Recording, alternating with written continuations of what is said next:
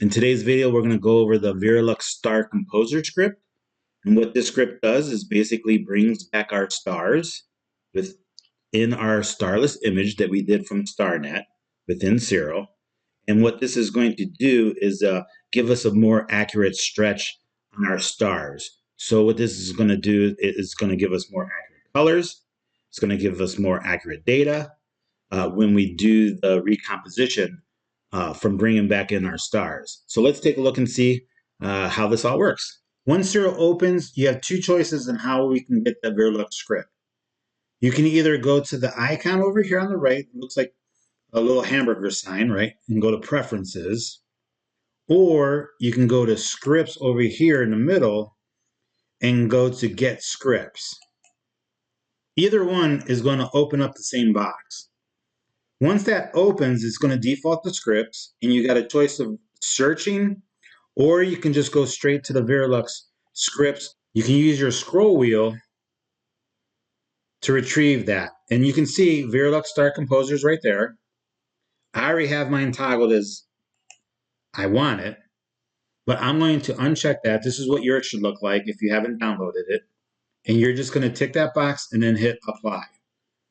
And then that's going to load in all your scripts within Zero so that you have all your catalogs. And then once you have all your catalogs, if you go to scripts here in Python scripts, VeraLux has its own menu. And over to the right, you can see my VeraLux StarComposers here, along with another one that I already use. And that is all to it. So now let's go see how to actually use the VeraLux script. First things first, let's bring in the image. So we're just going to open this up from one of our images here that we have taken. And in this one here, remember, you're still going to do your beginning steps.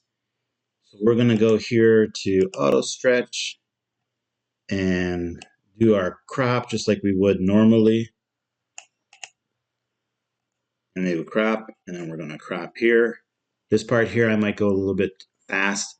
Just like normal, once you do your crop, we're going to go into script and we're going to remove the background. So here I have Auto BG and I also have Gradspert. So it just depends on which ones you want to use. I like to use Gradspert. That is my preferred method, and I pretty much leave everything as is, and then I just hit Apply. And once that is applied, we're going to close, and now my background extraction has been completed. So once your background extraction has been completed, we're going to do a plate solving and do some color correction. So here you're going to go to your tools up at the top, Astrophotography, then we're going to go to image plate solving. I already have my data all populated. One thing I would like to note though is I do have my star catalog as a local catalog. And if you want to do the same, I'll leave a link below in my previous video that shows how you can install your local catalogs. Here we're just going to click OK, and that's going to complete our plate solving. Now once I do my plate solving, I can go to color correction, spectrophotometric color calibration. I already have all my details listed. I'm not going to do the plot fit. We don't need that for this. So here I'm just going to hit OK. And again, just like the other ones, I do have a local catalog as well. We're just going to hit close. And now that has succeeded. Now our next step is going to be to remove our stars. We're going to go to image processing up at the top, star processing, and we're going to go star net star removal.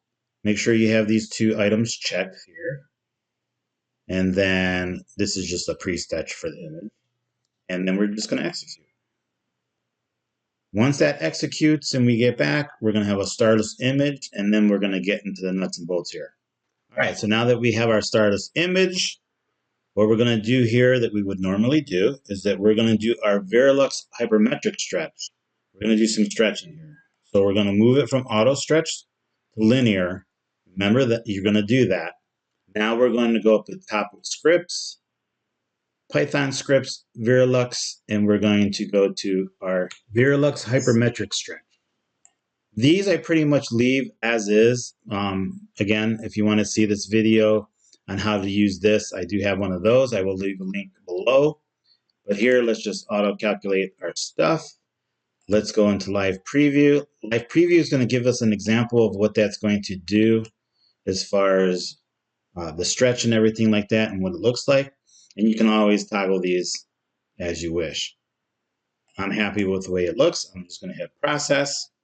That is then going to process everything that I have selected. And then we're going to close. And now we're in linear. We now have our VeraLux HyperMetric Stretch. Once your VeraLux HyperMetric Stretch is completed, you can always go to image processing and do some more stretching. For example, like we're going to do a curve transformation on this. And you could just adjust this any way you want. Let's apply this and let's close. So once that's completed and you have everything stretched and to your liking, you want to save your image. So just go up to the top, hit the button that says save, and then you're done. Now that we've saved, typically what you would do is that we would add in the stars now back into our image. And that's usually by going to image processing. We will go to star processing, and then we would click on the star recomposition section. But right here, we don't want to do that. What we want to do is go into the new VeraLux StarComposer instead to add our stars. So here we're going to go to scripts, Python scripts, VeraLux, and you want to go to VeraLux StarComposer. All right, so now that it opens, we have the VeraLux StarComposer version 2.0.2 at the time of recording. Here we have a bunch of steps, 1 through 4. We also have an advanced area where you could do additional steps if you wanted to. In the middle here, we have our zoom function where you can do a 1-to-1, you can fit the screen, you can zoom in, zoom out. All right, so let's start. First thing to do, as you can see in step 1, is the input. So here we have our star mask and we have our starless image. So we already know what that is, and that's why when we load the star mask, that one was in linear, and the starless, which is the stretched, and that was the one we just saved. So let's click on that. It should take you to your files here, and they should already be labeled. Star mask, starless should already be here, and then just match up which ones it's expecting. And then we're going to load our starless here, which is right here, starless. And now we have it in the center. So once it loads, you can see it overlaid our stars and our starless. So here, the next area is the composition mode. And if you hover over it, you can see it gives you a little thing. This is for like soft blending, prevents clipping and preserves the galaxy cores under the stars, but may lower local contrast. Remember that. But this is the one that we're going to use for most items other than galaxies, right? Over here, the linear add, you can see here is physical light addition. Preserves the high contrast but risk of clipping the core if the background is very bright. So remember that. This one's typically used for galaxies. This one's used for everything else. The next one is going to be our sensor profile. And as you can see here, it already knows my profile because I used the IMX 571. That's what I use the most. But again, if you use click on the little square here, you can see it gives you a variety of options. If you don't know your sensor, you can always do the recommended. But since I know mine, I'm just going to select that one. So here we're going to do the star intensity. And this is the log D. And this is just how many, how do you want your stars to appear? Do you want them to be a lot, a little, and so on and so forth. So if we scroll to the right, all right, so I'm going to keep it there for my star intensity. The next one's going to be your profile hardness. And what this is going to do is, if I move it to the right, it's going to do thinner stars. If I move it to the left, it's going to do softer stars. So let's zoom in a little bit here. And let's move this to the right. Let's kind of like move in a little bit more. And if I move it to the left,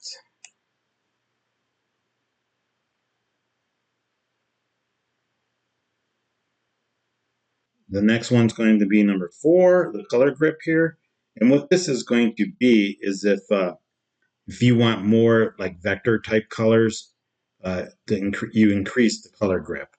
So if you had like stars that you wanted to bring out, and they were different colors, this would intensify the color or lessen the color.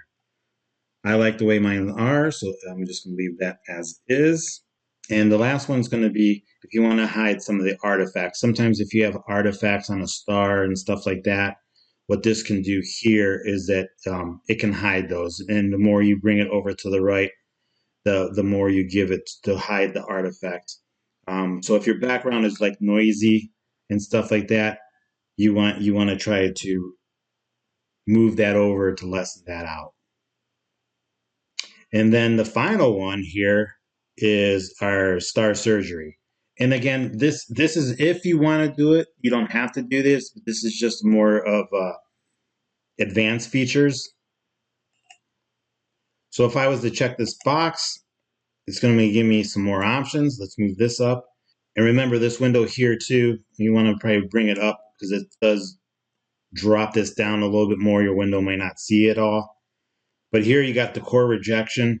This is the tame, large, non-stellar type structures. This one here is the reduction. This is to physically shrink the stars' diameters. So if you had some stars that were too big and you wanted to make them smaller, you would do that. The last one here is optical healing. This is for your halos. This is to repair that chromatic aberrations. So the good thing on mine, I'm pretty happy with everything I have here. So I don't really have the chromatic aberration, but if you did, you can heal that by moving this toggle to the right. So with everything being done, and I'm going to hit fit here, because again, you have your scaling. I'm going to hit process because I like the way it looks right now. And then what that's going to do is it's going to process our image. Once that finishes, you can see here, it just dropped it right in. So there you go. That was your VeraLux StarComposer script. From here, again, if you wanted to make more changes, you can if you wanted to. If you wanted to take it into like a denoising program or a sharpening program, by all means you can. Also, too, if once the result is done and you're saved, you can see here it's the VeraLux StarComposer result. Now it changed that file to a different name once it completed. And from here, you can take that, go to file up at the top. I can save this in various forms if you wanted to take it to social media and stuff like that. Just like before. If you liked what you saw, please like and subscribe. Get my channel going some more. Also, too, if there's anything that you would like to see, please leave in the comments, and then I will get to them the best I can. Other than that, this is another great tool from VeraLux, which I am definitely going to use a lot of, and then I hope you can too. So other than that, clear skies, and I'll see you on the next video.